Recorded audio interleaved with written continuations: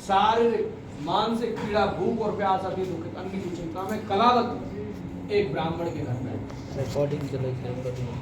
लीलावती की बेटी कलावती ब्राह्मण के घर में पहुंची और शाम के समय कथा सुनी।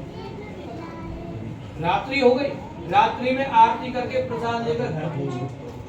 उसने जैसे घर पहुंची तो माता ने पूछा, लीलावती ने, बेटा अब तक कहाँ रही, बात तेरे मन में क्या है? कलावती बोली, हे माता, मैंने एक ब्राह्मण के घर में भगवान सत्यनारायण का व्रत देखा और वहां मैंने कथा सुनी, प्रसाद भी ग्रहण किया। माता को याद आ गया, अरे बेटा, तेरे जन्म से पहले तेरे पिता ने संकल्प लिया था कि जब तेरा जन्म होगा तो हम कथा करेंगे। आज तक वह कथा पूरी नहीं। तेरा जन्म हो गया, तेरा विवाह हो गया, पर लेकिन भगवान सत्यनारायण की कथा नहीं हुई। आज माँ बेटी भगवान की पूजन की तैयारी करने लगी। भगवान को चौकी में बिठाया, भगवान के लिए घर में जो भी था वह सब अर्पण कर दिया। तन मन धन सब तेरे अर्पण। क्या लागे मेरा? भगवान तुमने ही तो दिया है और तुम ही रखो, मेरा क्या? सब रह जाता है यही।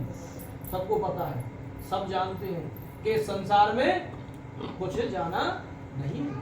आज उसने भगवान को सब अर्पण कर दिया। भगवान की कृपा ऐसी हुई, भगवान की कृपा ऐसी हुई कि राजा के नगर में भगवान पहुंच गए।